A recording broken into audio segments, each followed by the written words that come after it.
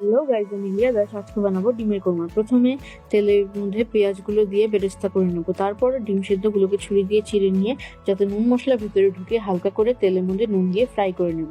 তারপর ঘি গরম করে তাতে এক টুকরো দারচিনি, দুটো বড় এলাচ, একটা তেজপাতা দুভাগ করে দিয়ে গোলমরিচ দিয়ে ফোড়নটার ভালো গন্ধ বেরোলে তাতে দুটো পেঁয়াজ বাটা দিয়ে ভালো করে কষিয়ে নেব। পেঁয়াজ বাটা কষানো হয়ে গেলে তাতে আদা, রসুন, জিরে, লঙ্কা বাটা দিয়ে ভালো করে কষিয়ে নিয়ে তাতে কাজু বাদাম বাটা দিয়ে ভালো করে নেড়ে চেড়ে নেব। কষানোটা হয়ে গেলে তারপর তাতে স্বাদ মতো নুন আর চিনি দিয়ে ভালো করে নেড়ে চেড়ে নেব।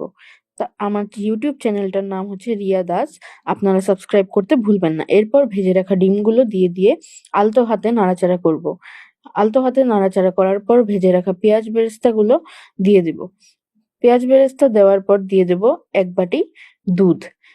দুধ দিয়ে অল্প ফুটিয়ে নিলেই রেডি হয়ে গেল আমাদের গরম গরম ডিমের কোরমা।